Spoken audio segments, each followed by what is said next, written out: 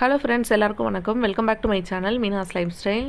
இன்றைக்கி நம்ம சேனலில் பார்க்க போகிற வீடியோ வந்து பார்த்திங்கன்னா ஒரு ஈவினிங் vlog வீடியோ தான். ஈவினிங்லேருந்து நைட் வரைக்கும் என்னோடய ரொட்டீன் தான் நீங்கள் பார்க்க போகிறீங்க. இந்த vlog என்னைக்கு எடுத்ததுன்னு பார்த்தீங்கன்னா என்னோடய வெட்டிங் அனிவர்சரிக்கு ஃபஸ்ட் டே அன்றைக்கி ஈவினிங் எடுத்தது. இதில் நிறைய விஷயங்கள் வந்து நம்ம பேச போகிறோம், வாங்க பார்க்கலாம். இப்போ வந்து பார்த்திங்கன்னா ஈவினிங் போல் ஆகிடுச்சு. நான் டீ போட ஸ்டார்ட் பண்ணிவிட்டேன். டீ ரெடி பண்ணிகிட்ருக்கேன். சைட் பை சைடு வந்து காலையிலேருந்து வாஷ் பண்ணி வச்ச பாத்திரம் எல்லாமே வெயிலில் காய வச்சுருந்தேன். எடுத்துகிட்டு வந்து அது எல்லாமே வந்து ஃபிக்ஸ் பண்ணி வச்சிட்ருக்கேன். இதெல்லாம் வந்து இப்போ எடுத்து வச்சுப்பேன். இந்த டீ ரெடி ஆகிற டைமில் வந்து மற்ற வேலைகளெல்லாம் முடிச்சிட்டேன் அப்படின்னா ரொம்ப ஈஸியாக இருக்கும். எப்போதுமே இந்த பாத்திரம் எல்லாம் அடுக்கி வைக்கிறது வந்து இந்த டைமில் செய்வேன். டீ ரெடி பண்ணிக்கிட்டே செய்வேன். அப்புறம் பாத்திரம் எல்லாம் அப்படி அடுக்கி வச்சுட்டே இருக்கும்போது நிறைய விஷயங்கள் தோணுச்சு. 3 வருஷம் வந்து முடிஞ்சு போச்சு எனக்கு கல்யாணம் ஆகி. அதை வந்து என்னால் நம்பவே முடியல. இப்போ தான் வந்து கல்யாணம் ஆன மாதிரி இருக்குது. 3 வருஷம் கடந்து போச்சு. அதை பற்றி யோசிச்சுட்டே இருந்தேன். நிறைய பேர் வந்து கேட்டிங்க என்கிட்ட, என்னை தெரிஞ்சவங்க நிறைய பேர் வந்து என்கிட்ட கேட்டிருப்பீங்க, இல்லை நிறைய பேர் நினச்சி கூட இருப்பீங்க, கேட்கலாம் கூட. எப்படி வந்து எங்கள் 2 பேருக்குள்ளே சண்டையே வந்தது இல்லையா, இல்லை சண்டையே போட்டுக்க மாட்டோமா? மேக்ஸிமம் எங்கள் க்ளோஸாக எங்கள் கூட இருக்கவங்க கூட நிறைய பேர் நினச்சிருக்கலாம் நாங்கள் எதுவுமே சண்டையே போட்டதில்லை, ஏன் இப்படி சண்டையே போடாமல் இருக்காங்க, எப்படி இதெல்லாம் வந்து முடியுது அப்படின்னு சொல்லி நிறைய பேர் வந்து நினச்சிருப்பீங்க. அதுதான் நானும் யோசிச்சு பார்த்துட்டே இருந்தேன். அப்படியே உங்க கூட அதை டிஸ்கஸ் பண்ணிக்கிட்டே அப்படியே போகலாம், பேசலாம் அப்படின்னு சொல்லிட்டு தான் அந்த வீடியோ வந்து எடுத்திருந்தேன். எங்களை ரொம்ப க்ளோஸாக தெரிஞ்ச எல்லாரும் நினச்சிருப்பாங்க அவர் வந்து ரொம்ப சைலண்ட் டைப், அதனால தான் வந்து எங்களுக்குள்ளே சண்டை வர்றதில்லை அப்படின்னு சொல்லி நினச்சிருப்பாங்க. அதான உண்மை தான். ரொம்ப சைலண்ட் டைப்பாக இருக்கிறதால மட்டுமே வந்து சண்டை வராமல் இருக்கும் அப்படிலாம் அர்த்தம் கிடையாது. வெளியில் ரொம்ப சைலண்ட்டாக இருக்கவங்க உள்ளே வந்து நிறைய சண்டை போடுவாங்க அப்படின்னு சொல்லுவாங்க. இவர் வந்து எந்த சண்டையுமே போடாததுக்கு காரணம் வந்து பார்த்திங்கன்னா, இவர் எப்போவுமே வந்து நான் வந்து இப்போ என்ன எல்லாருமே பொதுவாக வந்து முன்னாடி என்ன நடக்குதோ அந்த விஷயத்தை பொறுத்து மட்டும்தான் வந்து நம்ம முடிவெடுப்போம். ஆனால் இவர் வந்து அப்படி கிடையாது. நம்மளுக்கு ஆப்போசிட்டில் இருக்கவங்க வந்து என்ன மனநிலைமையில் இருப்பாங்க, நம்ம பேசுகிறதால அவங்களுக்கு எந்த அளவுக்கு அது அஃபெக்ட் ஆகும் அப்படின்னு சொல்லி நிறைய விஷயத்தை வந்து யோசித்து பேசுவார். என்கிட்ட மட்டும் இல்லை, எல்லாருக்கிட்டையுமே. இதுதான் ஒரு காரணம் எங்களுக்குள்ளே சண்டை வராது காரணம். நான் வந்து கோவத்தில் கொஞ்ச நேரம் கத்துறேன் அப்படின்னா அதுக்கப்புறம் அவரும் என் கூட சேர்ந்து கத்திட்டாங்க அப்படின்னா நான் வந்து அதுக்கப்புறம் யோசிச்சு பார்ப்பேன், நம்மளை இப்படிலாம் திட்டாங்களே அப்படின்னு சொல்லி. ஸோ அதை தான் அவர் யோசிப்பார். எனக்கு அப்படிலாம் யோசிக்க தெரியாது. அந்த நேரம் எனக்கு கோவம் வந்தது, நான் திட்டிட்டு போயிட்டே இருப்பேன். அதுக்கப்புறம் அதை சமாதானப்படுத்துறது வேறு விஷயம். ஆனால் வந்து அந்த நேரம் வந்து நான் சண்டை போடுவேன். அவங்க வந்து அப்படி நினைக்க மாட்டாங்க. எதுக்காக இப்போ நம்ம எதாவது பேசிட்டோம் அப்படின்னா அவர் கோவம் குறைஞ்சதுக்கு அப்புறமா ஃபீல் பண்ணுவாளே அப்படின்னு சொல்லி நினைப்பார். மற்றவங்கள்ட்ட பேசும்போது அவர் அதை தான் வந்து சொல்வார். ஸோ இந்த மாதிரி அடுத்தவங்களை பற்றி யோசிக்கிறதால தான் வந்து பார்த்திங்கன்னா எங்களுக்குள்ளே சண்டை வர்றதே இல்லை. அவர் வந்து அடுத்தவங்களை பற்றி அதிகமாக யோசிப்பார். நானுமே வந்து ரொம்ப கோவம் அதிகமாக வர டைமில் எனக்கு அந்த மாதிரிலாம் எதுவுமே தோணாது. ஆனால் மற்ற டைமில் யோசிப்பேன், நம்ம வந்து இது சொன்னோம் அப்படின்னா மற்றவங்க எந்தளவுக்கு அஃபெக்ட் ஆவாங்க அப்படின்னு சொல்லி யோசிப்பேன். அவர் வந்து அதில் ரொம்ப அதிகம். அந்த ஒரு காரணத்தால் தான் மேக்ஸிமம் வந்து எங்களுக்கு சண்டை வராமல் இருக்குன்னு நினைக்கிறேன். அப்புறம் வந்து பார்த்திங்கன்னா ஹஸ்பண்ட் அண்ட் ஒய்ஃப் வந்து புரிதல் அப்படின்ற ஒன்று இல்லை அப்படின்னா கண்டிப்பாக 2 பேரும் ஒன்றா சேர்ந்து வாழறது ரொம்பவே கஷ்டம். புரிதல் இருக்க எல்லோரும் மட்டும்தான் ஒன்று சேர்ந்து வாழறாங்களா, இல்லை புரிதல் இல்லாதவங்களாம் வந்து வாழறது இல்லையா அப்படின்னு சொல்லி நீங்கள் நினைப்பீங்க.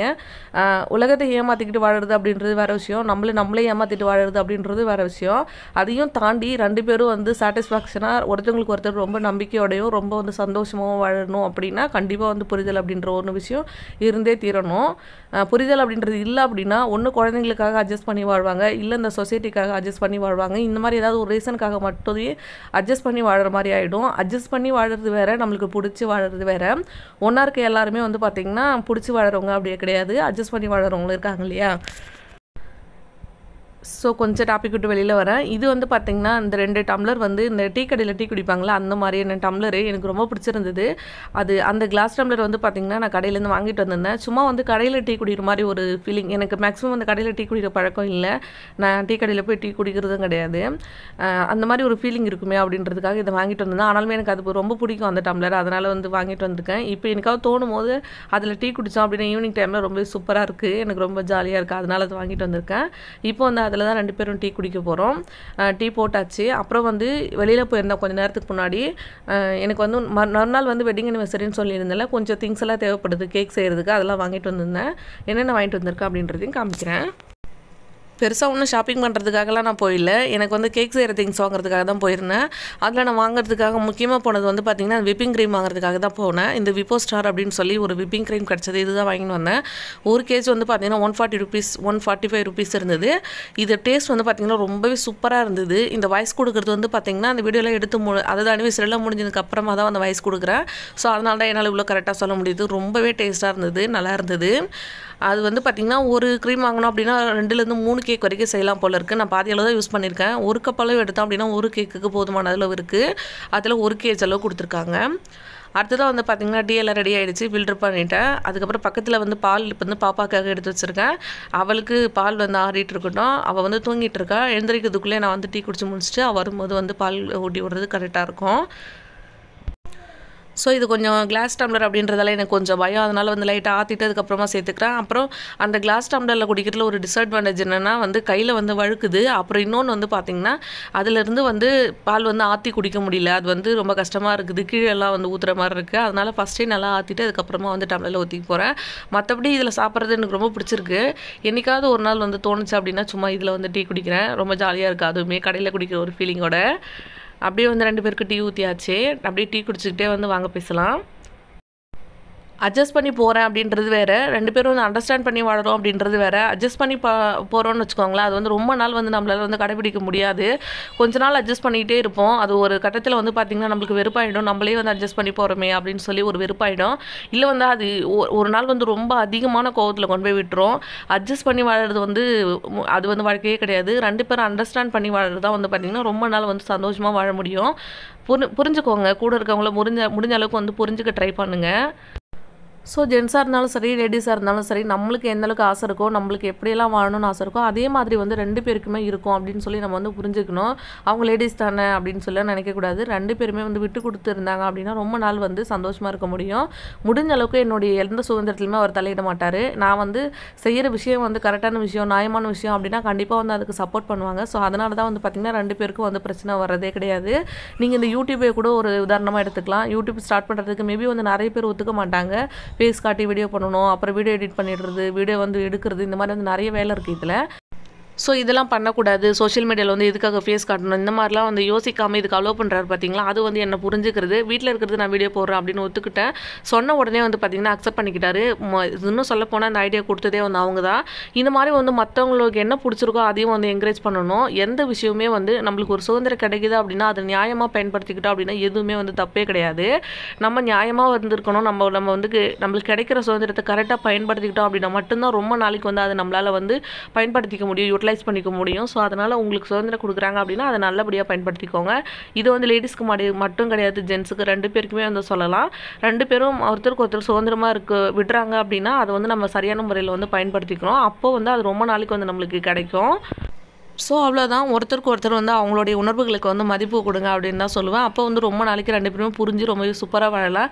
எங்கள் 2 பேருக்குள்ளே பார்த்திங்கன்னா பெருசாக எந்த ஒரு சொல்லிக்க முடியாத அளவுக்கு எந்த ஒரு பிரச்சனையும் கிடையாது. நாங்கள் அந்தளவுக்கு வந்து எந்த பிரச்சனையுமே சண்டை அந்த மாதிரி வந்து எதுவுமே கிடையாது. எனக்கு தெரிஞ்ச எல்லாமே அவருக்கு தெரியும், அவருக்கு தெரிஞ்ச எல்லாமே எங்களுக்கு தெரியும். அப்படி தான் வந்து எங்களே போயிட்டுருக்கு. அதனால் வந்து எந்த பிரச்சனையும் இல்லை. இந்த நாளில் வந்து இதை பற்றி சொல்கிறதுல ரொம்பவே ஹாப்பி.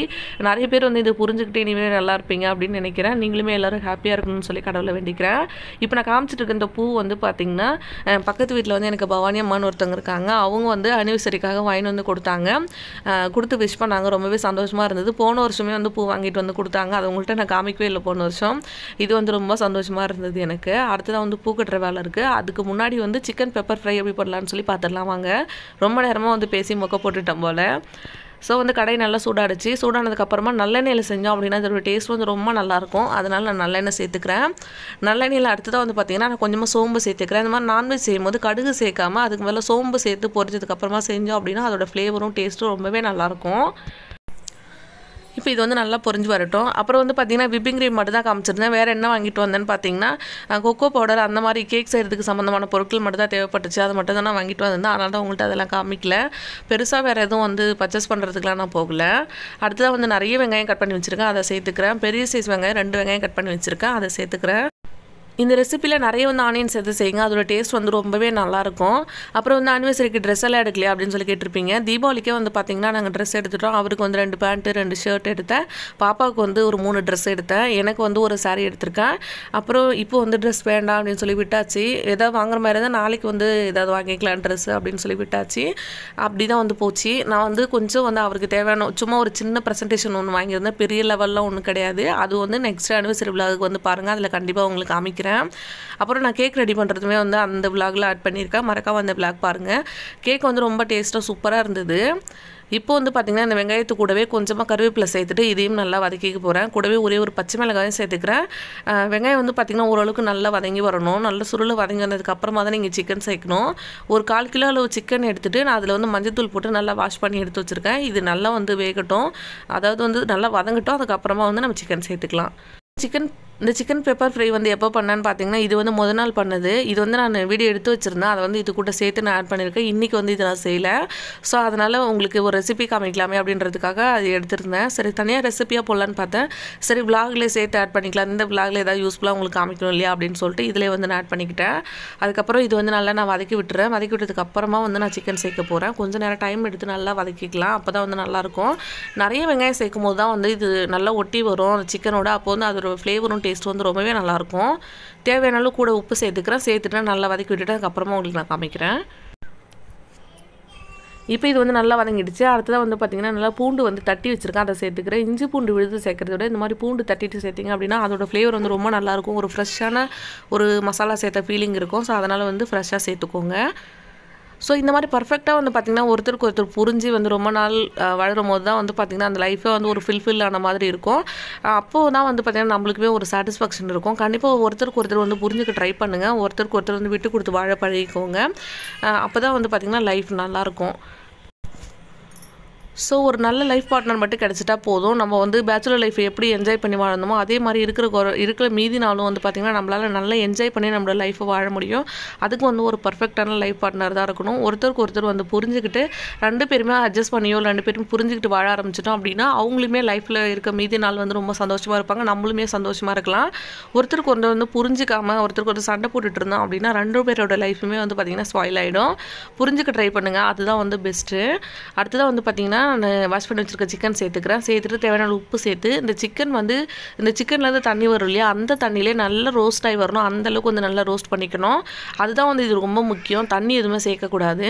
கண்டிப்பாக இதை வந்து அப்படியே கிண்டி விட்டு நல்லா வேக வச்சுக்கோங்க. நான்ஸ்டிக் கடாய் எடுத்துக்கோங்க. அப்படின்னா இரும்பு கடாய் எடுத்துட்டிங்க அப்படின்னா ரொம்பவே நல்லா வரும். இந்த இரும்பு கடாயில் செய்கிற எல்லா ரெசிபியுமே வந்து ரொம்ப சூப்பராக இருக்குது. தக்காளி சேர்க்காத ரெசிபி எல்லாமே இதில் தான் செய்கிறேன். இந்த ரோஸ்ட் பண்ணுறதெல்லாம் இதில் வந்து ரொம்ப சீக்கிரமாக சட்டுன்னு ரெடி ஆகிடுது. ப்ளஸ் வந்து ரொம்ப டேஸ்ட்டாகவும் இருக்குது. ஸோ ஒருத்தருக்கு ஒருத்தர் வந்து புரிஞ்சுக்கிட்டா அவங்களுக்கு என்ன பிடிச்சிருக்கோ அந்த விஷயம் நம்மளுக்கும் பிடிக்கும்னு சொல்லி எடுத்துக்கணும். நம்மளுக்கு என்ன பிடிச்சிருக்கோ அதுவும் அவங்களுக்கு பிடிச்சிருக்குன்னு அப்போ தான் வந்து எடுத்துப்பாங்க.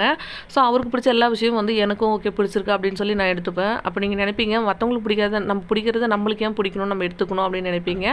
அவங்களுக்கு பிடிச்ச விஷயத்த நம்மளும் பிடிச்சி எடுத்துக்கிட்டோம் அப்படின்னா தான் அது வந்து மனசார பிடிச்சி எடுத்துக்கணும். அப்படி எடுத்துக்கும் போது தான் நம்மளுக்கு பிடிச்ச விஷயங்கள் அவங்களுக்கும் பிடிக்கணும். இது வந்து 2 பேரோட ஃபேமிலியாக கூட இருக்கலாம். அவங்க ஃபேமிலியில் இருக்கவங்க எல்லாம் நம்மளுக்கு பிடிச்சிருந்து மனசார வந்து பிடிச்சிருக்கு அப்படின்னா தான் அவங்களும் வந்து நம்மக்கிட்ட அந்த மாதிரி நடந்துப்பாங்க. நம்ம வந்து மற்றவங்கள்ட்ட என்னத்தை எதிர்பார்க்குறோமோ அதுதான் மற்றவங்களும் நம்மக்கிட்ட எதிர்பார்ப்பாங்க. ஸோ நம்ம மட்டுமே மற்றவங்க வந்து நம்ம எப்படி நினைக்கிறோமோ அப்படி நடந்துக்கணும், நம்ம வந்து அப்படி நடந்துக்க தேவையில்லை அப்படின்னு நினச்சோம் அப்படின்னா நம்மளுக்கு கண்டிப்பாக அது கிடைக்காது.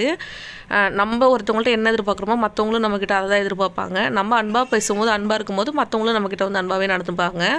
ஸோ அதனால் வந்து ஒருத்தருக்கு ஒருத்தர் அன்பாக நடந்துக்க பழகுங்க. இது இல்லாமல் வந்து நாங்கள் வந்து இந்த சண்டை போட்டு இல்லை வந்து பிரச்சனை பண்ணி வந்து ஒருத்தருக்கு ஒருத்தர் பேச்சு கேட்க வைக்கிறது அப்படிலாம் வந்து மனசார வந்து அதை ஏற்றுக்க மாட்டாங்க. ஏதோ என்ன பண்ணுறது சூழ்நிலை அப்படியே ஏற்றுக்கிறதால வந்து பார்த்திங்கன்னா 2 பேருக்கும் மனசளவில் வந்து சந்தோஷம் கிடைக்காது. ஸோ மனசளவில் எல்லா 2 பேருமே வந்து ஒரே மாதிரி புரிஞ்சுக்கிட்டு சந்தோஷமாக எடுத்துக்கும் போது மட்டும்தான் வந்து பார்த்திங்கன்னா ஒரு விஷயத்தை நம்மளால் ரொம்ப நாள் கொண்டு போகவும் முடியும், ரொம்ப ஹாப்பியாகவும் இருக்க முடியும். ஸோ புரிஞ்சுக்கிட்டு வாழ்ந்தோம் அப்படின்னா தான் ரொம்ப காலம் வந்து சந்தோஷமாக இருக்கிறதுக்கு முடியும்.